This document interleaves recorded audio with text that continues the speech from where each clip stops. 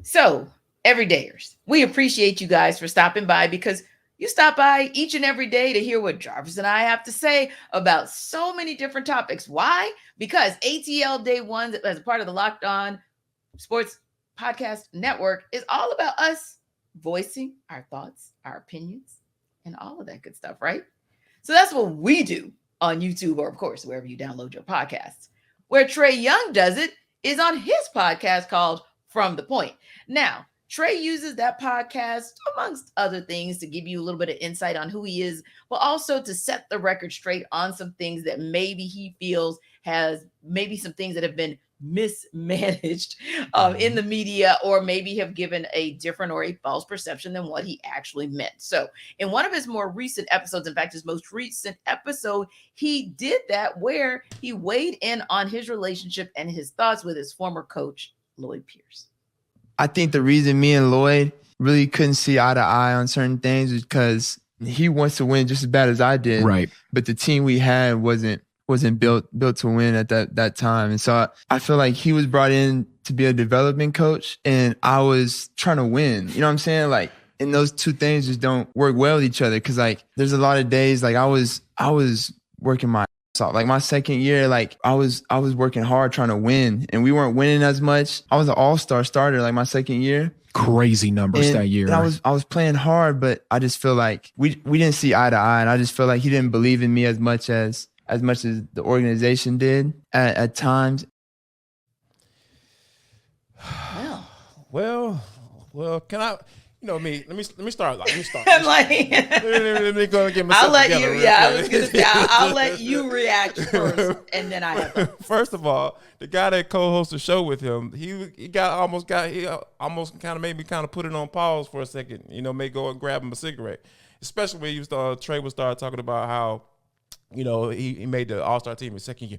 Crazy numbers. I was like, all right, man, slow down, bro. Y'all homies. Like, you don't got to do all that. But anyway, back to what Trae said. So, sorry, T. You know how I am sometimes. I get a little silly.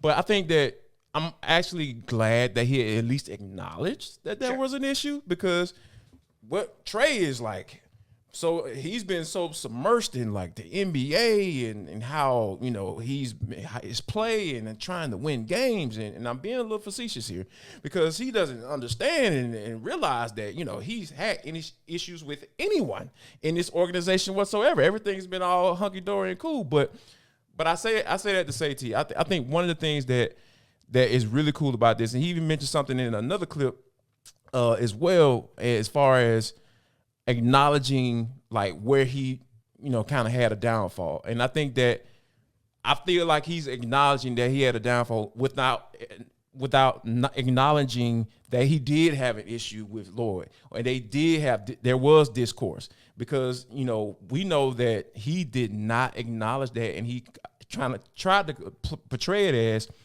as, you know, everything is all good. This is a made-up media story. So I think from the standpoint of at least acknowledging it, I really feel like this may be potentially some sign of growth from the young man.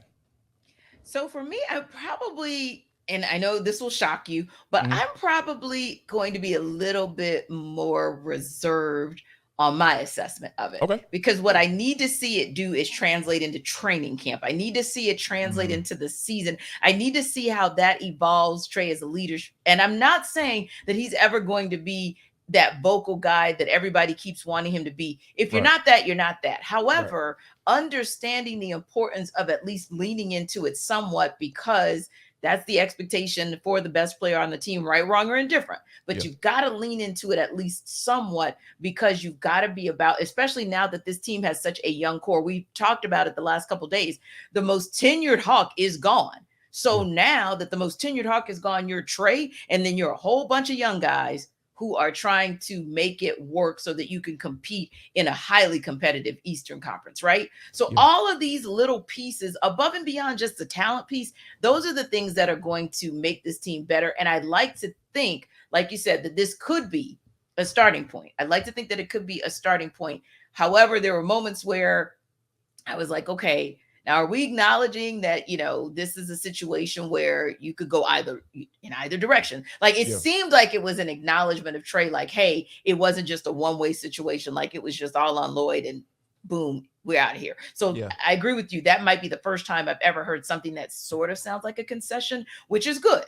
You got to start somewhere. You have to have some type of self-awareness in order to show people that, oh, wait a minute. Yeah, there really is actual growth, but I'm interested to see how it actually shows itself in training camp when you have somebody like Kobe Lumpkin right behind you who's looking for guidance from you and potentially, DeJounte Murray to say, hey, how do I now get this done on the pro level, if you will? That's an example for me. Or once you have a full off season with a Quin Snyder, and he starts to talk to you about some of the things that he's shared with Donovan Mitchell and others to help them to grow into not just the players, but the individuals that they are as leaders with their teams as well. I just need to see a little bit more. I want to hear a little bit more of this. And then I want to see it in action so I can say, okay, yep, this is the evolution that we knew we needed to be patient for. Because remember, going into year 5, we knew we needed to be patient for, but okay, now we're starting to see. And this is the type of thing, Jarvis, that I truly believe. If you look back at somebody like a Michael Jordan, for example, who some would say in the beginning of his career was much more difficult to play with than in the end of his career. Remember, 7 year. That's when Jordan got that ring. Steph Curry, 7 year. That's when he got his ring. The reason I'm putting those things out there is because when you as the leader start to layer things on top of one another to make yourself better, then others go along with it. And then we can start talking about not just talent making the Hawks contenders, but the players, the interactions, and everything that they stand up for and stand for. That's what's going to bring them into contention. And I think you make a really good point about the Quin Snyder piece and the Donovan Mitchell, kind of bring him in as well. I think that I also heard in that piece that Trae Young felt like Lloyd Pierce didn't believe in him. Yes. You know what I'm saying? I was going to circle back to that one too, but go for it. Yeah. And I think that Lloyd Pierce, to me, came off as a person where you ain't done jack yet. That's kind of like, that was his coaching style, right? Because we all know that nobody in that locker room pretty much liked him at all because it was so young, and it might have been a bad pairing as far as what pairing off a very super young team with a inexperienced coach. And that was like mixing oil and water. And I think that's why Trae and Lloyd ultimately, had discourse. Because when you think about when Quin Snyder come into the equation, just in 20-something games, he earned Trae Young's trust, right? Yeah. You know what I'm saying? And there may be in a little where Nate McMillan Trae didn't feel like Nate McMillan didn't have the ultimate trust in him or believed in him. He didn't feel that. At least if he did, he didn't feel it. Because, Nate a little old school with it, right? Yeah. You know what I'm saying? He kind of have that, you ain't done crap, but I've done something in this league too. So I've accomplished some things. Right. No. Keep going. But you're making some great points there. So I just want to jump in real quick and say, agree. Remember before we used to talk about how Lloyd was the bridge coach, right? He was going to be the guy between Mike Budenholzer and whomever else was there to take him to the promised land.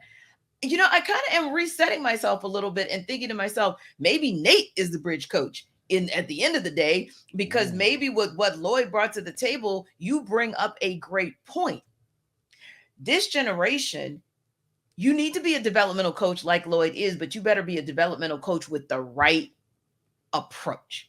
Yep. It appears that Quin Snyder has the right approach. And it's just what you called it. It's the belief in me. If I keep looking over my shoulder, thinking that you're not trying to develop me, but you're trying to question me and my talent, this new generation, there it is. Exactly. Yep. So I can imagine, to your point, that at some juncture, it switched for Trae. Initially, he thought Lloyd was that guy that was going to coach him up and make him, develop him into the greatness that he could be in the league.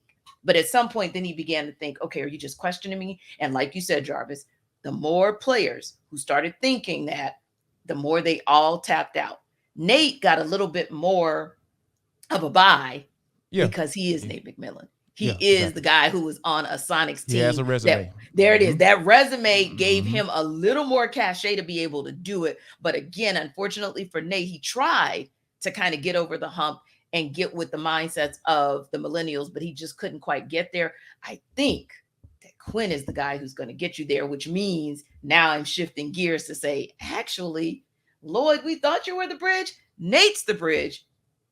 He got them over one hump, and now I think Quin gets them to where they need to be.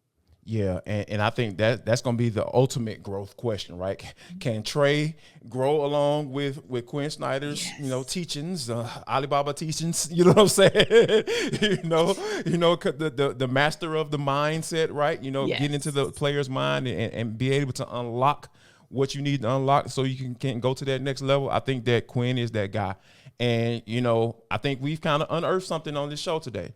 Like Nate was a bridge. He was the bridge coach. When you actually look at how it has played out, and I think that Quin is a guy who has the ultimate respect, all around the league and with players around the league as well.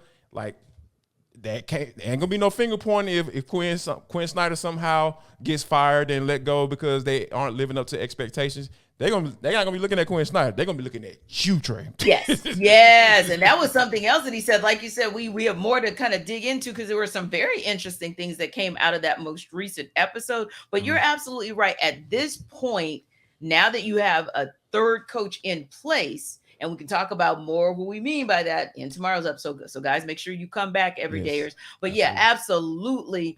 Quin Snyder is that guy where he brings so much to the table, and everybody's looking at him as being that guy who can get you maybe potentially to the promised land. So yeah, now the eyes are going to be back on you, Trae, if indeed it kind of comes to that. But like we said, every dayers, drop a note in the chat. I mean, do you think that the comments that we share with you guys that Trae made about Lloyd on his podcast are indeed comments that are showing the maturity and the growth? You let us know all the time. So don't forget, drop a comment in the section on YouTube and download us wherever you get your podcast.